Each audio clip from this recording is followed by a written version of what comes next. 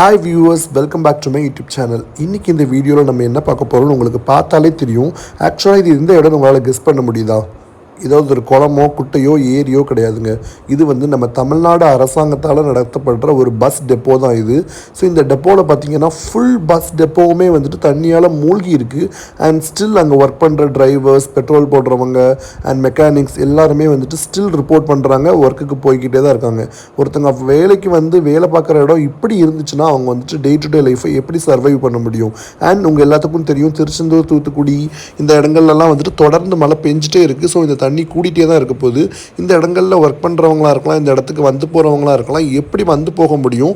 And எப்படி இந்த சவதிக்குள்ளே வந்துட்டு உட்கார முடியும்? இவ்வளோ மழையில் வந்துட்டு அவங்க வந்து உட்கார்ந்தாங்கன்னா அவங்களால எப்படி வந்துட்டு ஒரு ஹெல்த்தியான லைஃப் ஸ்டைலை தொடர முடியும்? அரசாங்கத்துக்கு பணிபுரியறதுக்கு வந்துட்டு இந்த அரசு ஊழியர்கள் மட்டும்தான் கஷ்டப்படணுமா? அரசாங்கத்தில் முதலமைச்சராக, மந்திரிகளாக இருக்கிறவங்க அவங்க எதுவுமே இதுக்கு ஸ்டெப் எடுக்க மாட்டாங்களாங்கிறது வந்துட்டு அந்த ஆஃபீஸில் ஒர்க் பண்ணுற எல்லாருடைய கேள்வி. உங்களோட கருத்துக்கள் என்னன்னு கீழே கமெண்ட் பண்ணுங்கள்.